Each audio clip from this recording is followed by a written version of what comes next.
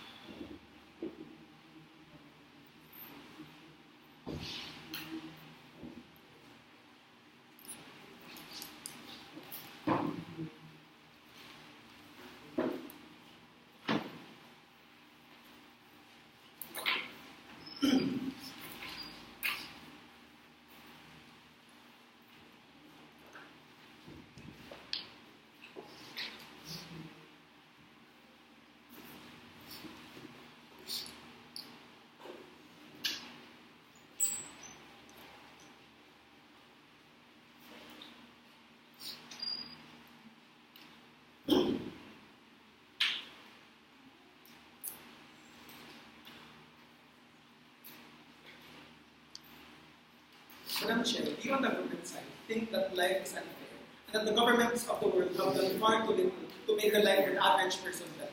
We live in a world where corporations are valued over the general population, where profit and personal agenda go above the needs of society, which is why we think that in the world that we live in today, it's a justified choice to choose to live in another reality, to live in another life where those failures are accounted for. In my speech, I will talk about how it is justified, how allowing this decision is justified, and how it is within the interest of the state. I will tackle this on two levels of analysis. One is how it merely resolves the unfair issues of reality, and second is how it fulfills the role of the state to enforce the freedom of choice. First of all, why do we think that it resolves the unfair issues of reality? Let me talk about the law here. We think that there's an unfair suggestion that we should restrict people to their reality where their status in life is already assigned arbitrarily, where people can be born without limbs, bedridden, to poor, impoverished communities, which they cannot change. If we value choice to dictate our lives, why don't we give them the choice to set up how they start off their lives? We're merely redefining how these people started off in their life and their realities. We allow these individuals to choose their destinies and to go beyond the restrictions of their birth. So we'd rather have this and have people live in a reality, whether or not you argue that that reality is a good thing in and of itself, but at least they live in a reality where they're satisfied, they're fulfilled, rather than live in a reality where they're crippled. They can't even enjoy life itself, and as in some cases, even resort to ending that life, just so they can get rid of the suffering. So we on the government side think it is within the best interest of the government to allow people to choose this side. If the people think that they are no longer fulfilling the burden of bettering their lives, at least, Madam Chair, we give them the right to choose how they want to live in the first place. We think that this is important because it takes into account the consideration of the people that these machines were made for, the people who actually need the alternative reality, because not everyone can live in the world so perfectly. Not everyone can live in a world with privilege. That is why we think that this machine is a direct and instant method of giving these people the things that they need in life, and the things that will actually get them to live a satisfactory life that they will be contented with and that they will not regret living. Second, we'd like to discuss on the role of the state to enforce the freedom. So, Madam Chair, what do we think is the role of the state in this debate? So, the role of the state is to govern the choices that the population makes. And in that sense, we think that as long as it doesn't harm the person itself and other people, the state is totally justified in giving these people the choice to make giving the people the right to make that choice. Take, for example, smoking, drinking, and alcohol. We think that although they may have a bit of harm, we may have a bit of harm, the concept here is that in that harm, there is also a trade. You trade recreation in exchange for that little bit of harm. And we think that trade is a choice that has to be allowed in order to the state to fulfill its responsibility of giving the freedom of choice. The trade here is we allow people to trade their lives, the reality of the life that we live in exchange for living in the reality of their choosing, the reality where they can be satisfied and they can actually live in the world that they want to live in. But again, alongside these examples, it is also the right of the state to promote caution and restrictions when appropriate, but it is not fair. We think that it is not fair to remove these options altogether because it would be going against the will of the state. Take, for example, it is a state's goal as it promotes the best interest of the people.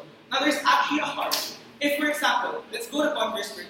If this technology exists and we don't allow people allow to use it, then what will happen? Then the population will riot. The population will challenge the state, will challenge the ideas of the state, and in the worst case scenario, they will actually use or find methods of using these machines that aren't regulated, that are more harmful than good. They'll use these machines with people who are, for example, regulated by the state, who people who don't know how to maintain these machines. And in that case scenario, a lot of people will use these machines and will get assigned to a reality that isn't of their choosing, or it may actually end their life in the first place. That is why we think that aside from it is important for the state to enforce the right of choice, we think that the state is actually the most important body that gets to have a say in this decision, because they are the ones who will regulate that choice.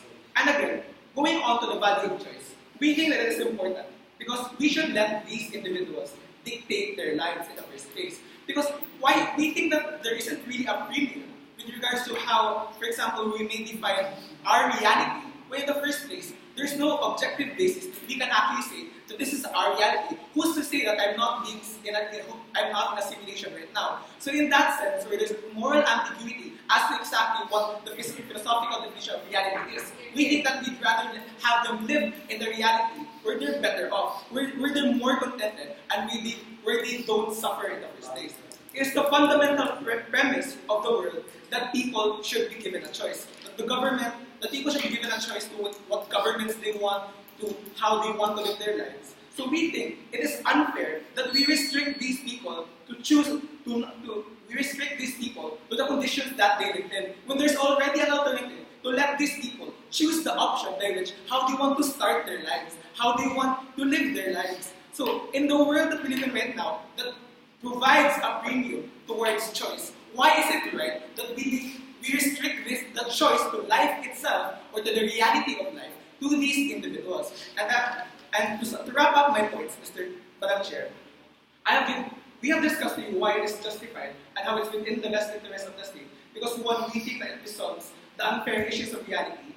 Two, because it puts value on the freedom of choice and free will. And third is how it is the role of the state to enforce the freedom of choice and to regulate these machines. And since as we are allowing the people, and we think that the opening government side will take this debate because we are allowing people to exercise their freedom of choice and we're allowing people to express their freedom of choice, exercise their freedom of choice. We are allowing them to be more than their restrictions in life. And lastly, we are fulfilling the role of the state which has the responsibility to govern the decisions of the people. And with that, I am proud to propose. Thank you, Francis, for joining us Here.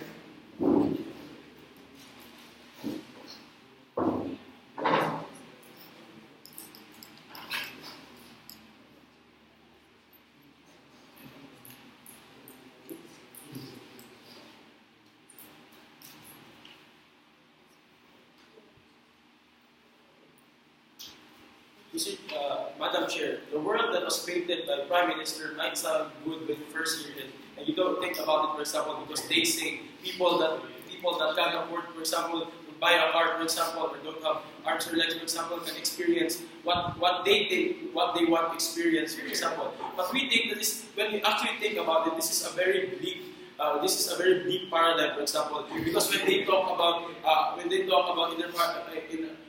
paradigm where the life is unfair, for example, because the state can't provide for the needs of these people, for example.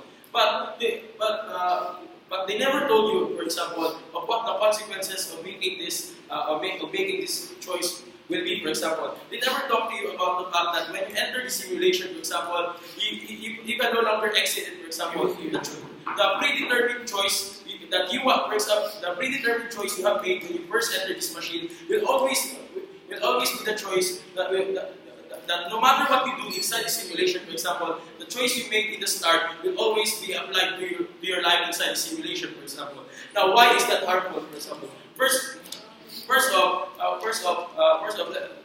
let me tell you that living what you consider to be your wildest dreams today does not necessarily mean that you will be happy when you reach that goal, for example. Because what makes real life different in the simulations, for example? Because in this simulation, for example, life is already predetermined when you enter this simulation, for example. But in real life, for example, your choices are fluid. For example, you have to adapt to changes. You have to adapt to changes to the challenges that you will face in life, for example. So they told you that it is the state's responsibility to provide for the betterment of its citizens, for example. But they also glossed over the fact that the state can actually use this in order to remove any responsibility that they have towards these people, for example. Because now you open in the world. Now you open the world, for example, where the state might actually advertise to the general public that enter this machine will solve your problems, for example.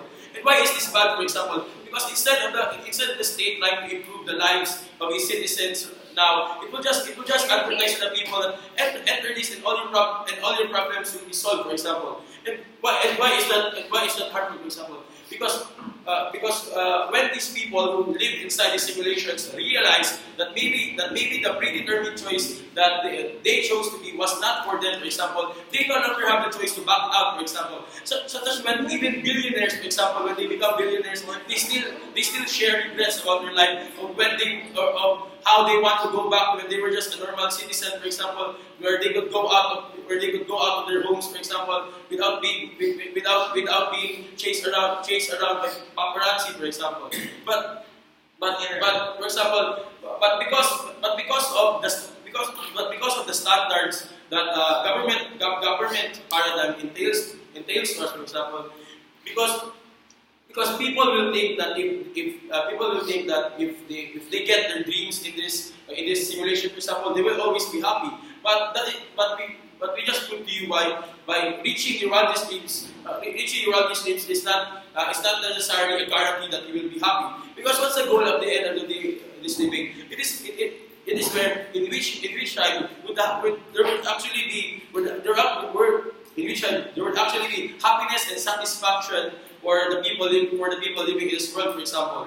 And we think that if we continue to this very bleak paradigm that government side has told you, we will not get genuine happiness, for example, because there is no guarantee that they will actually be happy inside the simulations, for example.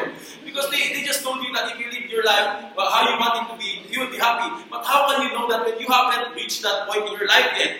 But because they have already made their choice, for example, they cannot yet know how when they reach that point in their life, they will actually be happy.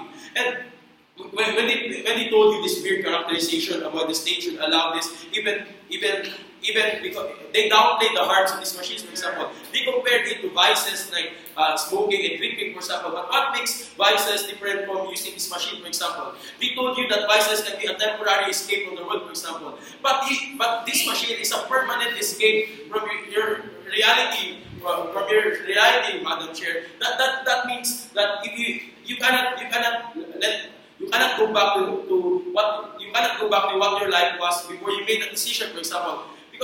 Because even alcoholics can sometimes stop being alcoholic, for example. But when you are already in this dream world, for example, you can no longer wake up since this choice is already permanent. And yes, we were they can say that the government is so strong enough to give them this. Because to begin with, it's already compressed reality because the government failed. They need to practice this to see that there are also people who can say the president doesn't give it. But what makes the characterization of government side so weak for us is they say that the government has already failed, for example. So considering that they want to make sure that the people that the government have failed will become happy, for example. But their solution is a very bleak one for the fact that instead of the state actually focusing to remove the systematic problems in the society, for example, which is the disparity between the rich and the poor. For example, in the paradigm, for example, you open your citizens to being stuck in this dream world forever. So what is our counter proposal to what government side is doing? We propose the banning or not allowing these people to actually choose to live inside these dream worlds, for example. Because even if they told you that some people will riot, for example, this is the exact same case of why some drugs are illegal, for example. Even if people want to seek that drug, for example, the state still has the responsibility to protect the people because they know that there's already an inherent harm in trying to for people to try that particular illegal drug, for example. That is also the choice that comes when you allow people to opt in to live the reality, for example, because not only will the state have a lesser chance of actually improving the current reality of these people, there's also a very high chance that these people living in these dream worlds who are stuck in there forever will actually be sad and miserable with no way of actually living and trying to be happy at that time.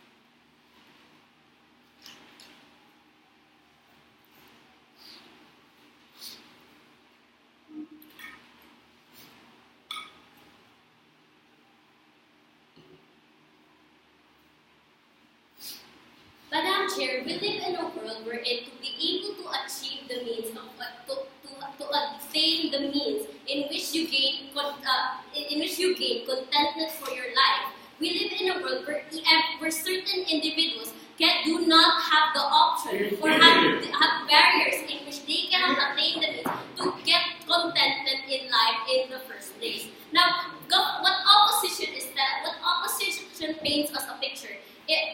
Opposition tells us of the privileged narrative in which certain that do not take into account certain individuals who cannot afford to live in the certain reality that they actually want to live in the first place. And but first, before I tackle my point on how reality is relative, true reality for each individual is relative, and that the only reason why certain individuals choose to still continue living in this world is because they don't have any other option. And let me first tackle on the case of opening opposition. Now, opening opposition tells us that the worst case is that people may walk into situations that they wouldn't expect, that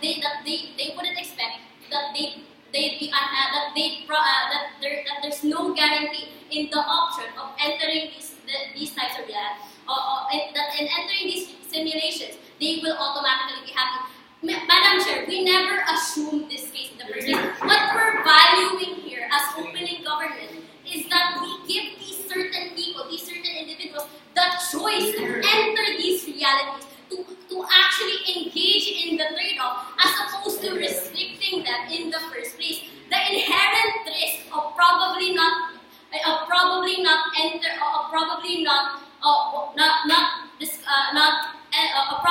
finding happiness, or the inherent risk that world you want to live in may not be what you expect it to be, is inherent, and that the process is irreversible, is actually inherent the moment and is considered by these individuals the moment they enter this type of trade-off, Madam Chair. However, what opening government wants to highlight here is that at least at the very end of the day, we give these individuals the choice to enter the matter. It is not a question on which reality or simulation is better, but rather the concept or the value of the trade-off at the very end of the day. Now, first and foremost, let's go back to my point on my extension on how realities for different types of individuals is relative, and that people cannot attain the means, cannot always attain the means to be content in life. First and foremost, when an individual is born without legs, Madam Chair, they are already restricted to the fact that they may not be able to walk, especially if they're poor. They cannot afford these. They cannot afford technology that allows individuals to walk or to run or to play or the like, Madam Chair. What we allow these individuals is a choice to actually. What we allow these individuals is a choice to enter this to actually know what the feeling is, or what the feeling is of actually having legs. For example, Madam Chair, the concept here is that it is not the concept here, Madam Chair, is that telling these individuals to accept themselves for who they are, and that's why they are born like that. There's nothing wrong with them. Is actually the narrative that these individuals are forced to take because they had no other option before. But now that we have the option, these machines that allow them to live in the simulations later, to allow these individuals to live in the simulations, we allow these certain, at least now, we give them the option to attain the means in which they can possibly be content in life. We're not guaranteeing, we never ever told you that we're guaranteeing a true success, a true matter in which you will be happy upon you enter this simulation. We are only telling you as opening government that we want to give you the choice that you may or may not be happy. That to choose to live in this world, as opposed to living in this harsh world where you probably can't be able to. Your point. You tell us that we live in a harsh world because the government failed us. But in your paradigm, you are opening yourselves up to where a government that doesn't care about these poor marginalized people and try to improve their conditions, because now they will just offer them to live into these dream worlds, for example. Madam Chair, what we're actually giving the government is another option for them to use, to be able to make use of, to cater these certain types of individuals. Because the reality is, Madam Chair, while certain governments would want the best for their people, they do not always have the means to give what the people want and what the people need. We're actually using these machines to give these, and we're using these machines as a tool for the government to use to actually allow these individuals, and because we value and because we give these individuals a choice in the first place. So they talk about the worst case in which the people walk into realities.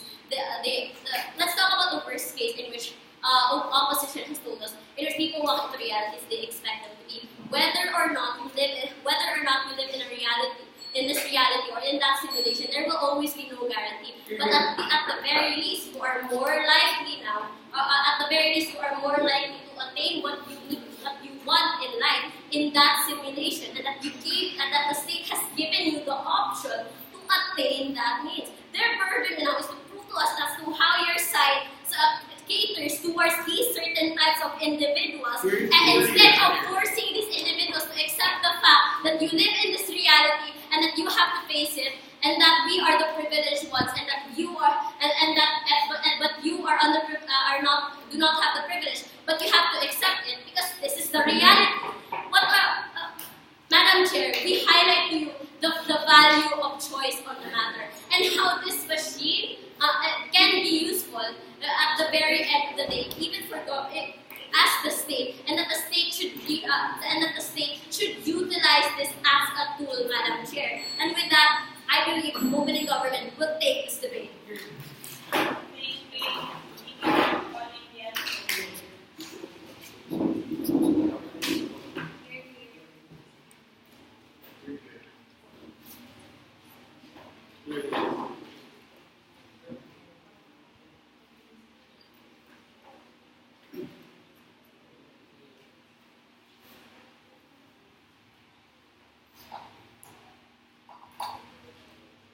Within the under opening opposition, over opening government had really that battle cry that you are able to think what you truly want when you get to enter this machine and get to live that kind of scenario that you truly want in life, right? But under opening opposition, we'd like to question, what you truly want in life from the very beginning? Is it really the same? Is it really the same?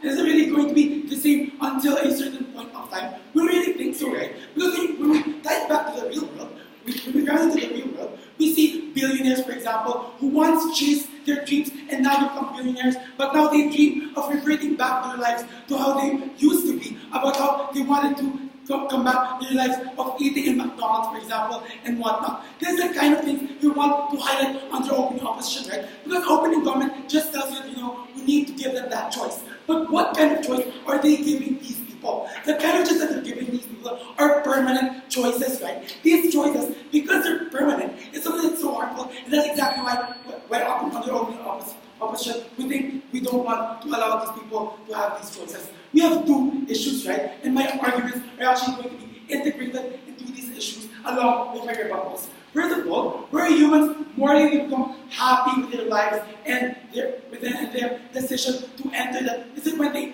decide to enter that, when we allow them to enter that machine or not? And secondly, how are you able to get the state to fulfill their role in status quo? On to the first issue of where humans are going to be more likely to be happy with their lives. Within the under open government, they told you that their choices are valid because first of all, it only affects them, and secondly, it's something they truly want, right? That's why it's something that's valid, because anyways, my mother won't be affected by my choice at the very least. But we don't think that that's a right justification for that choice, right? Because we think that under opening opposition, yes, that choice is truly valid, for example. But when we look at where these humans become truly happy, within the under opening opposition, the happiness that they get is only short term, right? Because their lives are already predetermined, and their lives are now going to be following a certain map that they once chose before they entered that machine, right? We think that when these things happen, you're not like to get long-term happiness, because what's the difference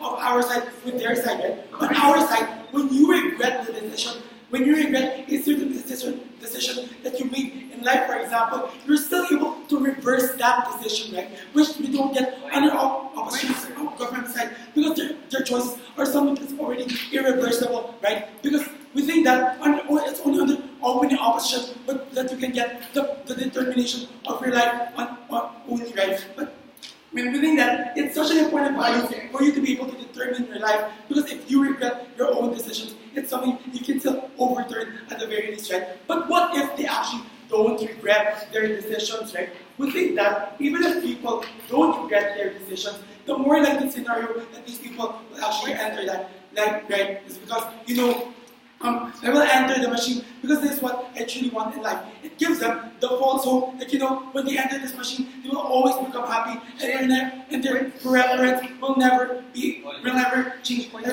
We think that that's not true, right? Because in my intro, I really think about how billionaires sometimes change about how they truly want in life. But more importantly, we don't think that that's right? Because of the second issue, where we are able to get seat for role fulfillment. Because OG just kept telling us that, the state already failed these people. That's exactly why you need to now give the responsibility of fulfilling these people's needs to these machines. We think that under opening opposition, this creates a state that's complacent, right? There's a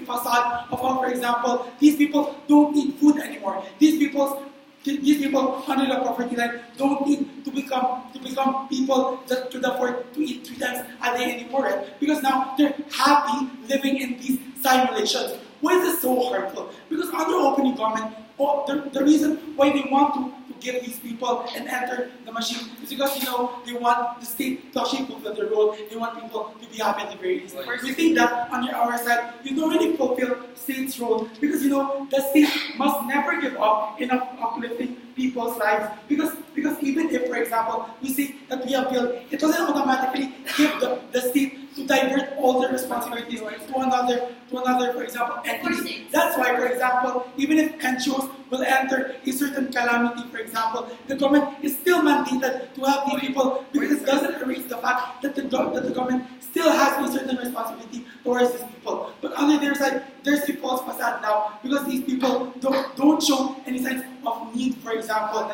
all these kinds of things. But before you proceed, yes. we're saying that there are uncertainties in both the real and simulated world. You still make decisions that influence your life. We just want these certain individuals are guaranteed a fair start in life. We're saying that if the government can't provide them with basic needs, we'd rather have them in a reality where they actually have those basic needs.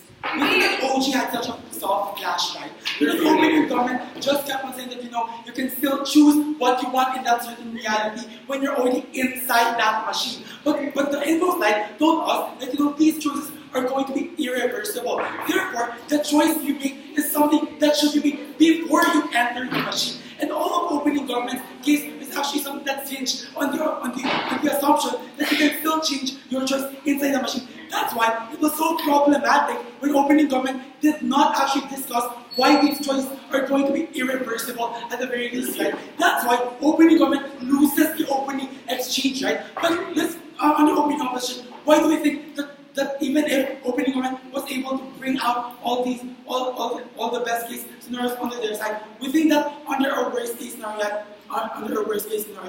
even if people are never going to be happy with their life, for example, it gives the people the power to have a determination upon their life, right? It's something that's the most important value in this debate, because if you regret your own decision, there's no going back anymore on your government side. But even if you don't regret it on your side, we think that under our side, it's only under our side that you get to enjoy the human experience, for example, because you're now given the freedom to make your own choices, and you're not just following a certain algorithm like a robot, for example, that actually follows a certain actual algorithm for them to accomplish tasks, for example, all these kinds of things.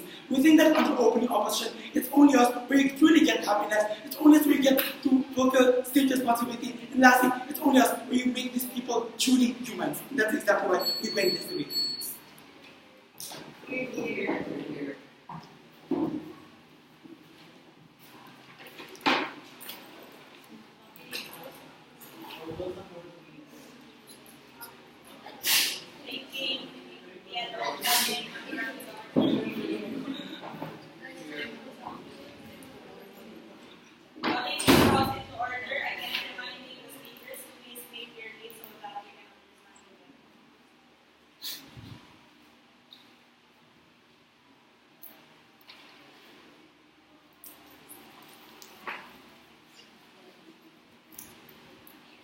I believe that the opening government lack on the basis of how, or lack on the competence of the argument that they try to write, right? Because they talk about we're going to our delineation from opening government.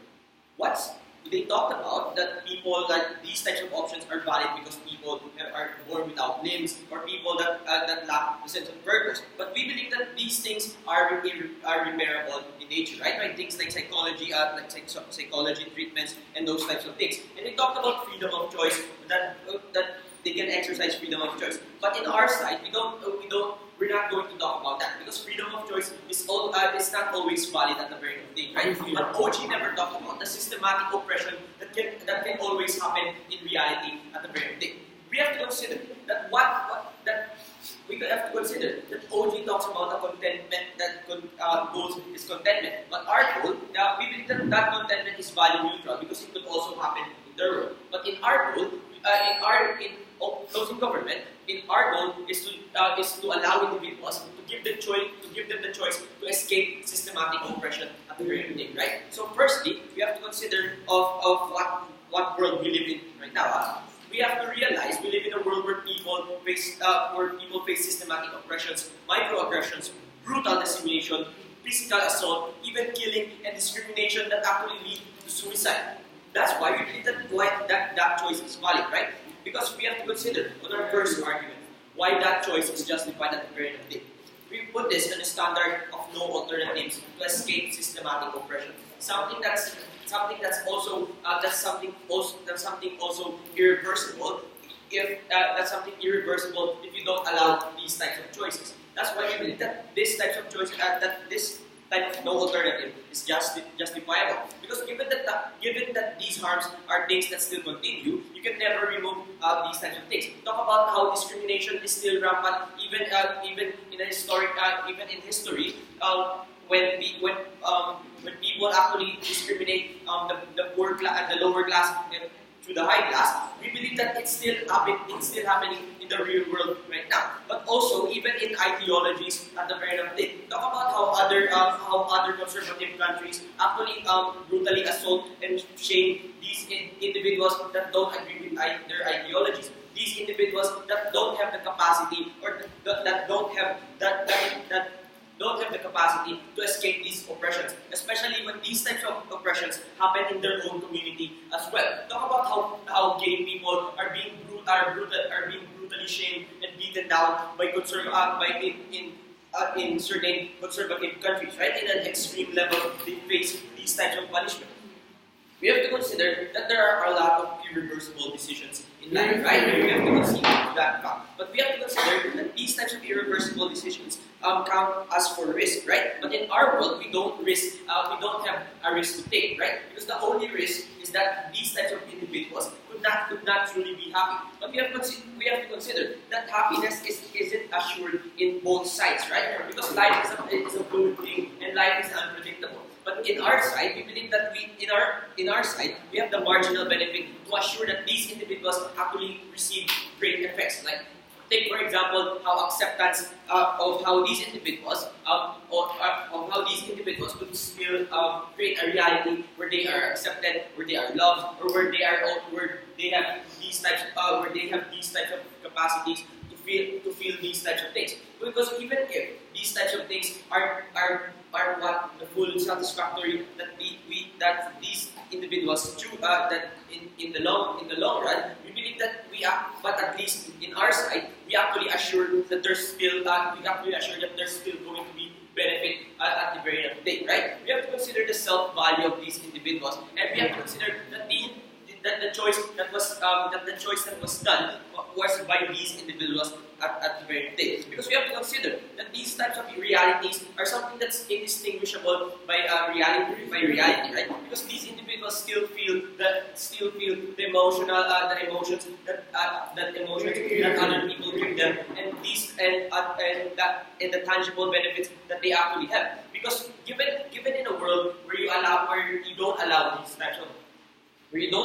this type of choice, we create a world where we allow killings, and where we allow people to be beaten down and brutally shamed, and even to a point where they still want to commit suicide. Because we have to consider that a lot of people live in a world where there are no alternatives already, and we have to consider that these types of things. We have to consider that there's an urgency these types of situations, right? Especially even if it's predetermined at the very end of the day, we have to consider that we don't risk the unpredictable things in life, right? Like for example, how these types of how these individuals could actually be caught and be punished brutally at the end of the day. Sure. So you mentioned that if we do not allow this, killings and suicide will still continue. However, you never mentioned that there will be regulations or policies in this alternate reality. You have to consider that even if that's the case, right, the individuals are the ones that choose these types of realities. So even if that happens, individuals can still escape their own oppressions because they are the ones that choose these types of realities at the very end of the day. That's why we believe that POI is unnecessary. And lastly, on how that complacency of states and how we or our response on opening opposition on state complacency. We have to consider that these types of we have to consider that there are states that are incompetent in these types of things, and we have to consider that there are also states that it's still a natural incentive for the state because it's their natural obligation to actually provide for their citizens at the end of the day. But there are certain things that the state cannot control, right? Take for example things like the ideologies of a certain community or the bodily autonomy of other people at the very end of the day. We have to consider that the life of an individual is important, right? And we have to consider that we don't harm other individuals at the very end of the day. Because we have to consider the own feelings of these people that face these systematic oppressions. Because we have to live in a world where we can escape the reality that is forever going to exist.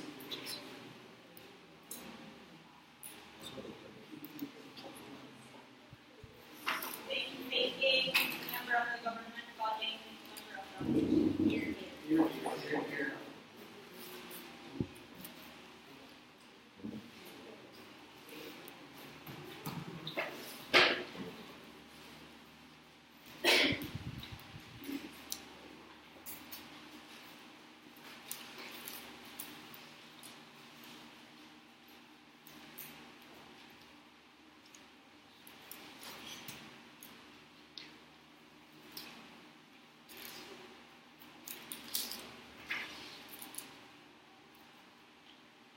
Madam Chair, in our house, we concede that there are people who are, for example, poor, suffering, and oppressed, Madam Chair.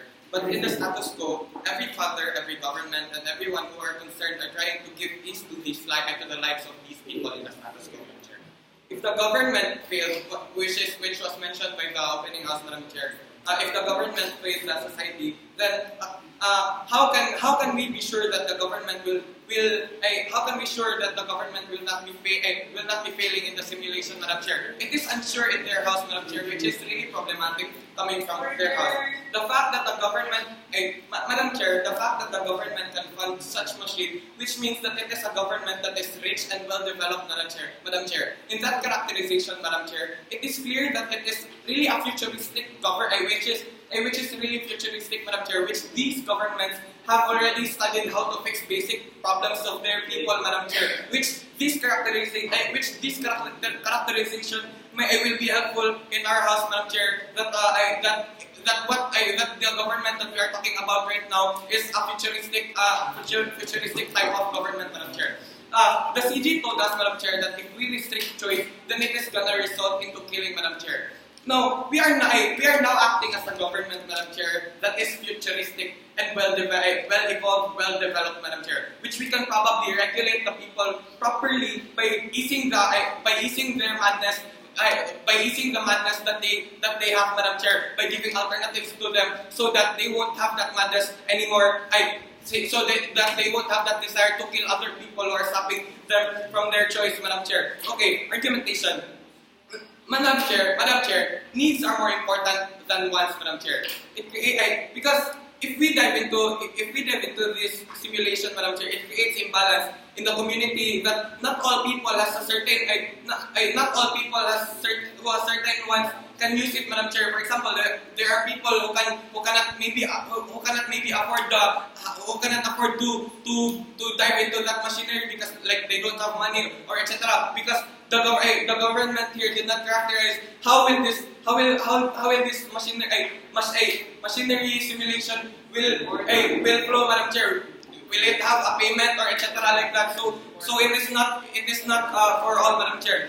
Later. In which paradigm do we get to have that better catering to have the needs of the people, Madam Chair? Let us first compare from the government's house, Madam Chair. They can escape harsh reality, Madam Chair. But the result to that is that it can cater temporarily, Madam Chair. But just currently, it can cater to the wants of these people, which are temporarily desired. But the bad thing about that, Madam Chair, is that it can cause into infinite suffering or etc. like that, Madam Chair. In our house, Madam Chair, in the opposition, we prevent them from making impulsive decisions, Madam Chair. At least in our house, it is for the long run because in reality, Madam Chair, we try to give alternatives to the people who are who are hating life or those people who are suffering, Madam Chair. Yes, this is not a perfect idea, Madam Chair. But and yes, we concede that it doesn't solve every problem, but it is a progress, Madam Chair, that is growing at the end of the day. That can still improve. That these alternatives can still improve because it is still growing in reality, Madam Chair. Okay. Number one, the debate is about the validity of the choice of this possibility. And secondly, that's a preamble, you're questioning the possibility. Yes, we will see that it is about the validity of choice, but we are also we also need to talk about how is it gonna be beneficial for the people and why is need very important? Why is need more important rather than giving them their freedom of choice? But I will discuss later why is it justifiable to restrict the choice of these people, Madam. Okay, proceeding. What are our standards to say that?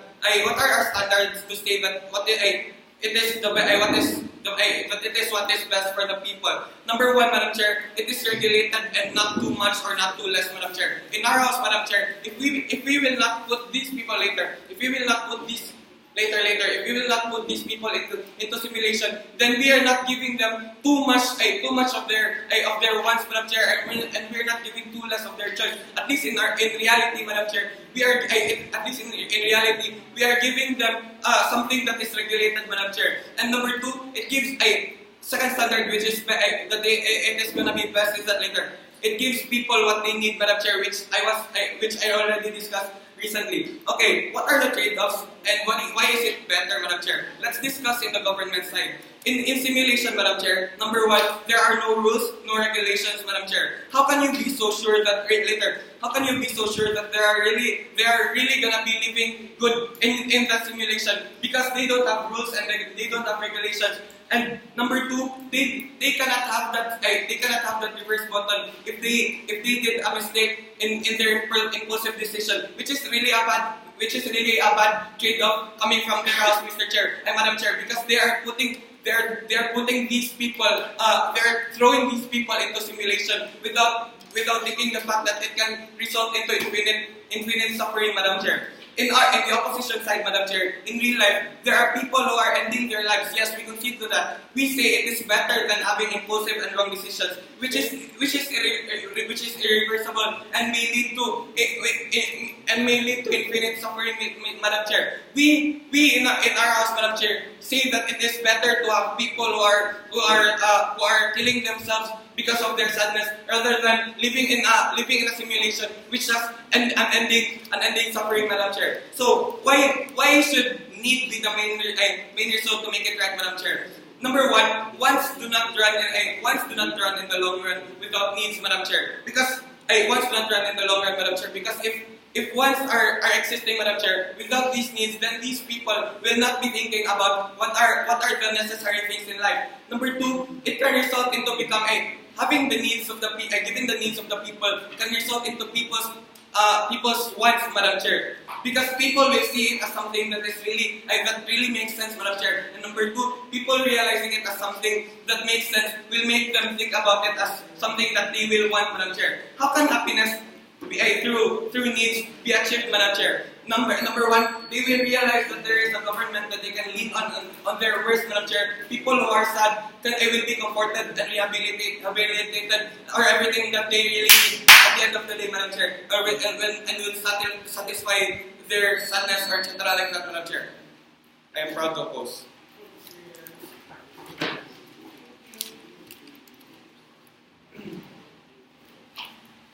Taking member of the government of the opposition to summarize their case, may Governor Xavier.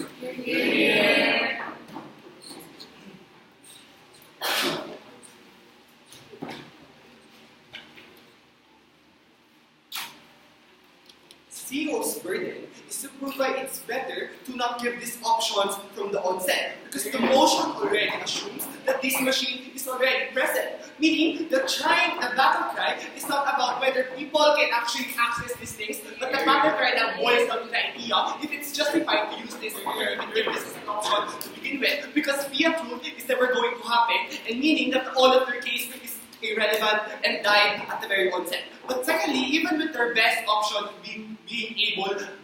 of having regulation, we see that this actually is regretful, because CEO now lets people and forces people into conforming to systematic oppressions by telling us that it's better to have regulations.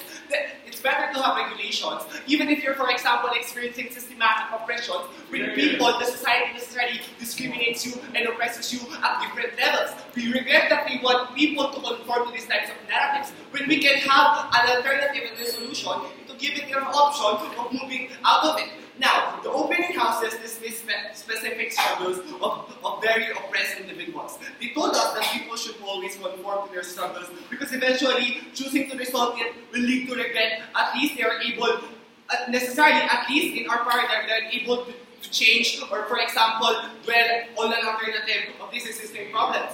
Regret is mutually exclusive because we see that even under their model, people are still going to regret the lives they're already living under a systematic kind of society, systematic oppressive kind of society. At least in our paradigm, we give them an option to choose for a better life and to not conform to unfair systematic treatments that's happening on the ground. Aside from regret being mutually exclusive, OO's case of human experience is also mutually exclusive because in simulations, being the same with the reality in itself means that human experience is still present on both paradigms. Because we see that human experience is not only limited to being able to change your choices, which what the OO case was. Because human experience is about escaping the systematic oppression and attaining self-value and attaining urgent resolutions, which my partner told you. Because even with the comparison of human experience, we see that they hamper human experience because they tolerate systematic harms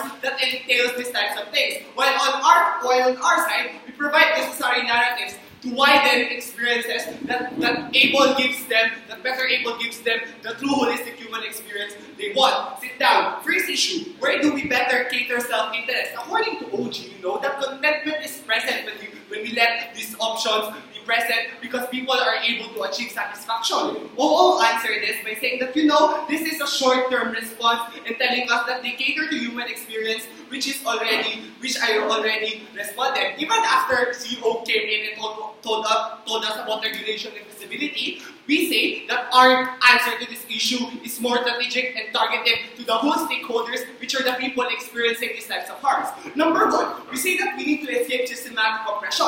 What was our resolution to this issue, right? What's the standard given to you by my partner?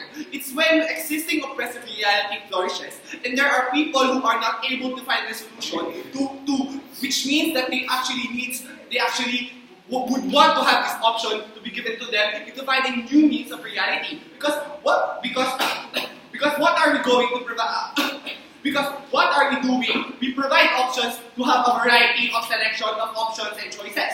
What we do not do is impose everyone to opt into this simulation. Because we see that this option intensifies choices. But on another level, why are their choices validated? It's because people are able to actualize what they actually want, even if it's predetermined, because necessarily it's the response to oppressive society they're experiencing. But even if it's unreversible, that trade-off is okay because the only likelihood of wanting to reverse it is if you find another problem in the existing simulation, which is mutually exclusive to begin with. But on the second level, where do we see self-value, right? Because how does OPS case cater to self-value? How do they cater to people who does not value their lives anymore because of the kind of reality they are experiencing? It's not necessarily going to give them the value of living conditions because now they feel that their value of living is not anymore substantiated. That's why when people are providing less self-value, people now become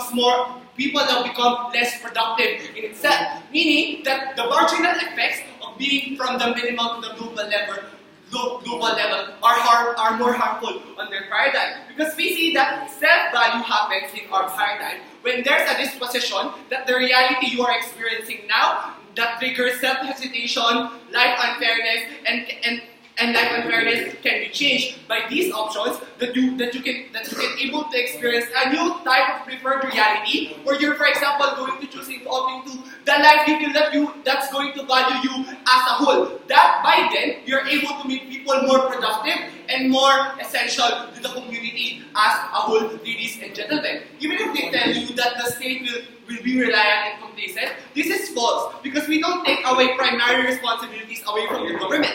They still have accountability and obligations. We're only giving options to the people who wants it and who we think deserves it. Because necessarily there are still checks and balances that sanctions the government for not accommodating its role and responsibility, which means that's unnecessary. But even if it was true, we see that it's so much of a burden to people to suffer the oppressive reality constantly and continuously until the God reaches the premium of being able to cure the reality they're facing. They deserve the option to urgently resolve oppressive reality. And may it be unchangeable because we see that oppression in itself is too much of a burden that these people are experiencing and they deserve this type of premium to choosing, right? After even talking about why their choice is validated to begin with. Because their trade-off is tolerating people and letting people conform to the suffering of society. But we say that at least in our paradigm, because all of the harms they presented are mutually exclusive, that having regret is going to be present, that, for example, example, all of these things are going to be detrimental, we say that at least in our paradigm, even if those happens, we give them dispositions that there's still more to life than just experiencing the systematic, oppressive society that we are experiencing. They want to paint that the goal will urgently resolve this because to begin with, the problem, we say that the goal aren't necessarily going to be able to urgently resolve this because the problem of the systematic oppressive society happens in the first place because the goal failed to regulate it to begin with. At least in our paradigm, we give an alternative that's going to benefit not only the government but also the individual stakeholders. That's the main priority in this case. Thank you. Thinking government will supervise their case, may I call on a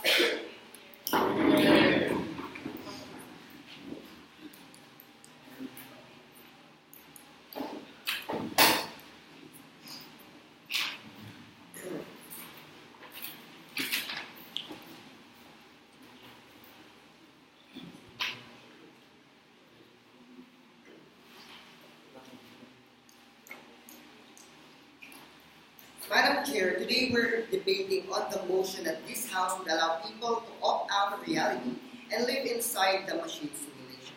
It is sad to see, Madam Chair, that both houses, or even the government opposition bench, were very messy in this debate, Madam Chair, because of various reasons. First and foremost, in generalization, the government bench was just sugarcoating the term machine simulation and just giving the positive points on how this will happen, on why it is good. They were not giving the harms of this simulation at all. They just said that, oh, this is a simulation, therefore we will only have satisfactory life and we will have happiness. They never mentioned about having a no reverse button, having problems, or even malfunction in the simulation itself, Madam Chair. This is because they even mentioned that the state failed the people, that the government failed in solving the problems. They never even mentioned that there is even a small chance wherein the government will fail in the simulation themselves. Let's just say it is technology. We can never say that technology, no matter what the machine is, no matter if it is for infrastructure, let's just say it is for simulation.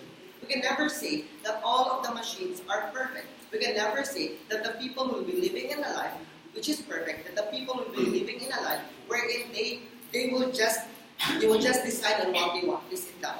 Next, they mentioned that there will be no guarantee. Yes, there will be no guarantee at all, Madam Chair. They mentioned that there will be no guarantee that a person will have a happy life, that they will solve all the problems. However, if they're stating this, they're like being on the opposition because they're like stating, like Madam Chair, they're like stating that if we do this, there is a 50-50 chance that we will be happy. However, the government must provide solutions that will give 100% solution, not just their public consumption, but also will give opportunity to the general public, not just for a specific type of individual, Madam Chair. Second, Madam Chair, the government side failed to give a characterization of failed to give a walkthrough on first, where the machines will come from, and second, who will fund the machines themselves. Yes, we are living a futuristic. Yes, this debate is about future. Yes, this is about futuristic debate. However, they are just stating that everyone will have the chance to do so. So they are stating that 7 billion people, or even more billions of people, will have the chance to do so. This is down. Second, the closing government mentioned about oppressions in other clubs. However, this is where Ben becomes very important in this debate, Madam Chair, because of the fact that he mentioned that by this time, the government will find solutions to find these oppressions, to find the solutions to these problems, to find the solutions to these oppressions, such as murder, suicide, and etc. If the government is able to find or to create these machines in the first place, therefore they already found solutions to the major problems in which people would want simulation. Okay. Their burden is to not actually try to tell us that the machine is potentially going to fail because the motion that it is going to be effective. Their burden is to tell us why it's justified to give them this option or it's not justified to begin with. I'm just in the introduction of my speech and I will mention that later. Like what I mentioned before, it is harmful because of the fact that it does not only give everyone opportunity, but also it is harmful because you are living in a reality that is not life at all. It is why is the opposition bent against it? Not just because of the harms, but also also because of the fact that living a life in the normal world is far better than living in a fake reality, living in a world that everything is not yours to begin with. Moreover, Madam Chair, we on the opposition side believe in the facts that alternatives and solutions to certain problems are more important than machines themselves. As the government are like fathers. The government are like parents in which they really want what is very effective, what is the best answer to certain problems. And we on the opposition side believe that this simulation is just a temporary solution. That this simulation is just like stating that, oh, you will just go here because we cannot solve your problems. They're like mentioning that they have no ability at all to solve the problems at hand. They're stating, the government is stating that, oh, we cannot cater the needs of everyone, therefore you can just go to this simulation and such. However, we in the opposition side believe that it's not the machine's job to help the people, but rather it is the government's job to find the solutions to this problem, Madam Chair. Because machines don't have emotions. They don't know what is right or what is wrong, Madam Chair. If we just put them in a simulation wherein only our consciousness or only our mindsets are being put into, we can never say that what we're doing is good or bad, Madam Chair. Also, Madam Chair, Ben mentioned that we should give regulation, and this is wherein the government lacked, Madam Chair. Give regulations and what? Yes, they mentioned that certain people will be put into a simulation and that the government will put them there. However, they never mentioned that a certain simulation will have policies, will have limitations. Like what they mentioned, killings or others can be present in the simulation. But in the opposition's bench, Madam Chair, why should we allow this? Being the opposition bench, if we still allow this, it is like the people are living in the real world themselves. By giving them a chance to kill everyone, by giving them a chance to have their wants, to have money, to have wealth, we are mentioning that, oh, you can do whatever you want, just do it because you are free, just do it because you don't have regulations at all. And this is very problematic because of the fact, Madam Chair, that if we do this, if we give no restrictions at all, then everyone will have the mindset that we can do bad no matter the situation, no matter where we are, because of the fact that the government has no consideration for what we do at all, that the government does not care for what we do, no matter the harm that we do, Madam Chair. Next, Madam Chair, no reverse button, like what the opposition mentioned, Madam Chair. No reverse button in what way? If we're living in a real world, let's just say you committed a crime yesterday or the other past events, you can change, Madam Chair, because of the fact that you are human, because of the fact that you understand that what you did was wrong. It is not weird, Madam Chair, because a machine or a machine simulation cannot guarantee the fact that you will still have your emotions, you will still have the empathy of being a human person himself, Madam Chair. Human simulation will only transfer your consciousness and not the emotions that you have as a person, not the values that you have as a person itself. Also, Madam Chair, like what I mentioned before, the government will support everyone, Madam Chair. However, we in the opposition side believe that we should act as a government who would not just throw sad people into simulation of unsure happiness. Unsure happiness because they mentioned that happiness will still not be present in their world. We are a government that even if we have this machine already, we should still try to give our people the reality of life simulation. With that, we're very much proud of this. Thank you.